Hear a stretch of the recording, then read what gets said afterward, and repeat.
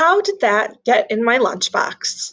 The Story of Food by Chris Butterworth, illustrated by Lucia Gaggiotti.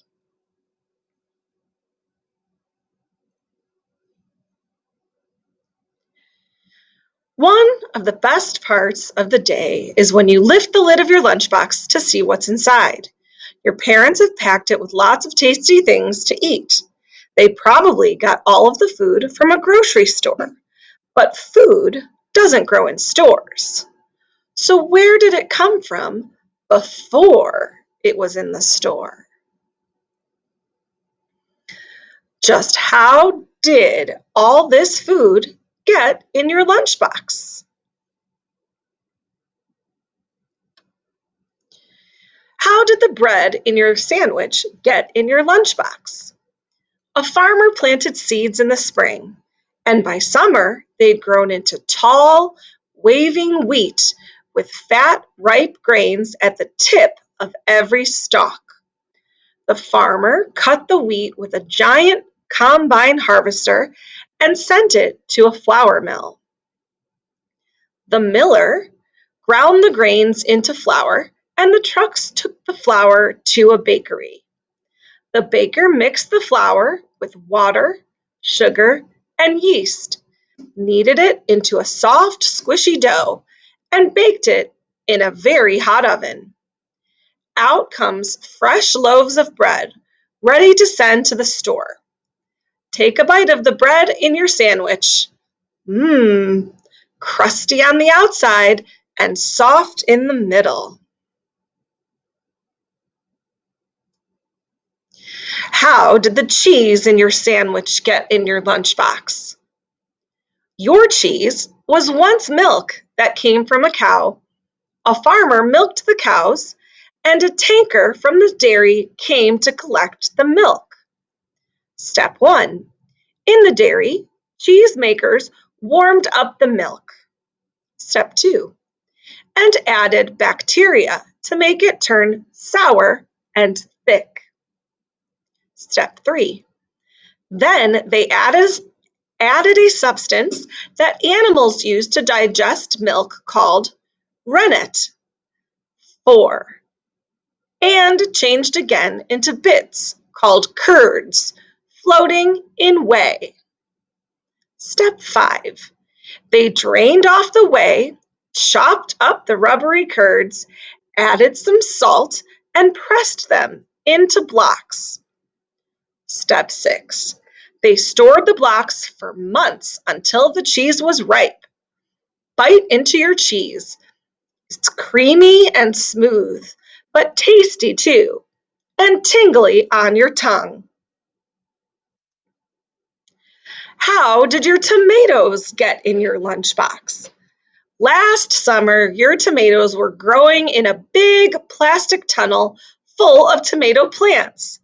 The sun and the warmth made the plants grow tall and bloom with yellow flowers. As each flower died, a tiny green tomato fruit began to grow from its middle. Day by day, the plants sucked up water and the tomatoes swelled from green to orange to red. When bunches of ripe scarlet tomatoes dangled from the branches, the grower picked them. 1. Sorted them. 2. Packed them. 3. And sent them to the store. Pop one in your mouth and squish the sweet sour juice out. How did your carrots get in your lunchbox? Last spring, your carrots were growing in a field on a vegetable farm. You wouldn't have seen any carrots then, just long rows of feathery leaves. As the leaves grew taller in the summer sun, each carrot root pushed deeper into the earth, soaking up water and turning orange. By late summer, they had swelled so much that the top of each carrot poked out of the earth. Pickers plucked them, pulled them. Then the carrots were washed and packed into trucks. Bite into your carrot. See just how sweet and crunchy it tastes.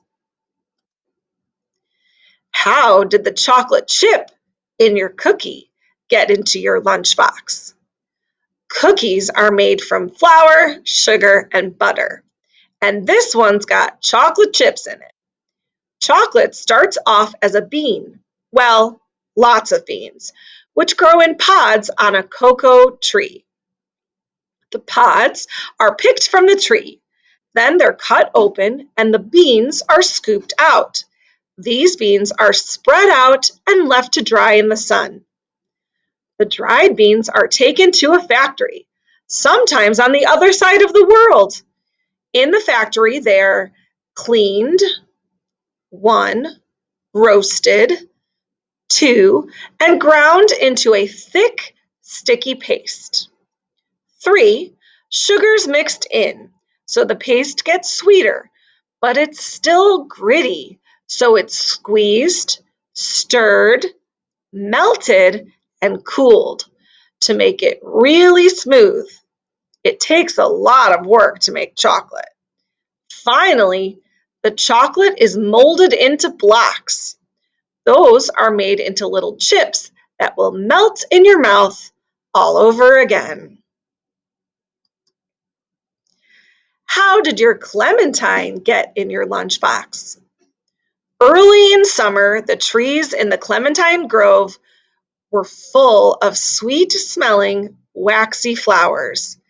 As the flowers died, a tiny green clementine berry began to grow out of each one. The clementines swelled in the warm sun, turning from green to yellow. By the time cooler winter weather arrived, the clementines had turned orange and were so heavy and full of juice that they made the branches droop. Pickers climbed ladders to reach them. They had to wear gloves so they didn't bruise the tender fruit inside. They washed them and packed them, and the grower sent the boxes in trucks to the market. It's easy to peel a clementine. Then all you have to do is pop the juicy pieces in your mouth and bite. Most clementines are seedless. You've eaten it all, from the first bite of bread to the last piece of fruit. It came from fields and farms, from orchards, from groves, and from dairies. So many people helped bring it to you. Farmers and bakers, cheese and chocolate makers, pickers, packers, and truck drivers. And now it's all in your stomach, starting to do the job that food does, helping you grow taller and stronger and giving you get up and go. You need more than lunch to make you grow and keep you healthy. Every day you need to choose food from each of the sections on this plate. Most of your food should come from the fruits and vegetables and carbohydrate section. Carbohydrates. These foods fill you up fast and give you energy to keep going. Fruits and vegetables. Your body needs lots of these to keep you healthy. Protein. These are bodybuilders to help you grow those extra inches. Dairy. These are the bone builders. They also help your teeth grow strong. Then there's the stuff you eat for a treat. Just a little bit of these is enough. These foods are just as important as carbohydrates, fruits, and vegetables, but your body doesn't need as much of them. Food facts. Your body is made mostly of water, so you need at least 6 drinks a day to keep yourself topped up. Most of these drinks should be water, not soda, which has lots of sugar in it. Your body is growing all the time, even when you're asleep. So remember, don't skip breakfast. It gets your body through the day. Too much sitting around won't keep your body healthy. It doesn't matter whether you chase a ball, your dog, or your friends, but spend about an hour a day on the move. It's good to eat 5 different kinds of fruits and vegetables every day. Why not try a new one this week?